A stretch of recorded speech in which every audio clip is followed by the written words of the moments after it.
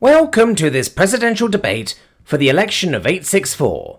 I am your host, Tarkol, and I'd like to welcome the nominee of the Party of Honest Order and National Yearn, President Karen. Thank you, Tarkol. It is an honor to be here. And the nominee for the Coalition of Independent Arcadians, Senator Hugh Mann. Crowd going apeshit, which is naturally something arthropods do. President Karen, as the incumbent, will start with you. Why should the people of Arcadia entrust you with another 6 rotations? Tar, I believe my administration has shown with actions what my words never could. I stand for the traditional values of our people. Family, honor, and, most of all, not giving away our planet to monkey people. Are you implying your opposing candidate is an illegal immigrant? I'm stating the obvious fact that he is a mammalian infiltrator. Do you have any evidence to support such serious accusations, Mr. President? He's dipping his algae chips in cheese right now. You want some? The senator asks, extending his snack to his adversary, his other claw under it to catch any drip. No, I don't want any of your mammalian sludge on my planet. And that's the problem with this administration. If elected, I will suspend the prosecution on the lactose tolerant and end the cultural wars. I will focus the time and effort of our government on what really matters to the crabs at home, improving the lives of our citizens. Just to be clear, Senator, the host intervenes, are you stating you are a citizen of Arcadia? I swear I hatched in a puddle of our beloved land, or may my antenna fall from my head. What antenna, Senator? Oh yeah, I forgot to put them on. See? Says an increasingly aggravated president. He doesn't even look like one of us.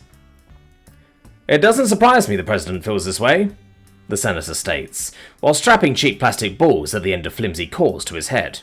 How could he not?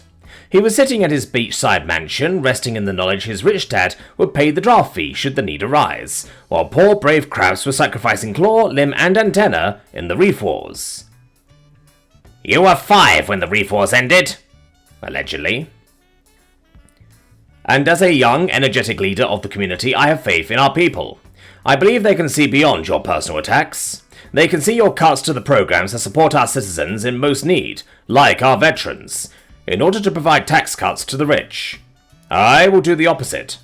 My administration will tax our trillionaires and corporations to provide the services our people most need. By which you mean you'll tax true Arcadian business into bankruptcy, and bring down the trade barriers that guards us from a Terran takeover. You speak of our corporations as if they were a treasure to be guarded, Mr. President. I ask you, what have those monopolies done for the common crabs at home? Crabs like Lunar, who have his shell grinded at endless unpaid overtime for the profit of fat crabs in their private islands. Crabs like Tarnara, who pays 300 Zorglons for a simple pack of plankton. I will do what it takes to bring affordable groceries to the crabs of Arcadia, even if I have to go to Terra to bring them myself. Hey! Who man? Who man? Who man? Who man? Tarkol? The president calls. Tarkol? Tarkol! What? Care to control your audience? Do I have to? Yes, you're the host. Alright, I guess. People, please silence at the studio so we may proceed. Thank you. We now move on to questions from our viewers. Barlack asks, last rotation I was afflicted by a bad case of purple claw and went into large debt to avoid surgery. I am struggling to make the repayments, and with my credit score way down, I could not fix my boat when it broke, and I now spend 4 hours a day in the public ferry going to and back from work. I have no money, I have no time with my family, and I don't even have my health because, according to the doctor, the stress is seriously harming my recovery. What, if anything, do the candidates plan to do for crabs like myself? Mr. President, care to answer? Yes, thank you, Tarkol. Let me start by saying to Mr. Barlack that I'm sorry to hear of your predicament, and I will pray you experience a full recovery, but I must stand by our current model. I understand you are not happy with how your situation developed, but thanks to my administration covering half the costs you could afford surgery at all. This is the best way for the state to provide for our citizens, without hindering the innovation and competition of the free market that ensures we'll always be looking for new and better ways to make our citizens healthier. I know this doesn't seem fair right now, but I believe the 7 sea monsters of the depth have a plan for us all, and we must have faith in them. Senator Human, care to reply? I most certainly do, Tarkol. Unlike the president, I don't think a crab must bankrupt himself, nor let his children grow up without a father to keep his claw attached to his body. I believe the government can and should provide for our sick, not leave them to the tentacles of the 7 sea monsters. If elected, I will open the administration to all companies of the galaxy, interested in providing 100% free healthcare to all the crabs of the planet, and hire the lowest bidder. Meaning you'll sell the well-being of our citizens to the Terrans? All companies will have an equal opportunity to present their proposals, Arcadian or not. No Arcadian company can compete with the Terrans. They were treating all kinds of aliens and spreading their greasy paws through the stars when our ancestors were figuring out how to polish rocks. What you're proposing is openly selling all our hospitals and laboratories to monkey people. You say I'm selling out, Mr. President. I say I'm giving back to the common crab. A hospital that takes away your money, your time, and doesn't even give back your health is not your hospital.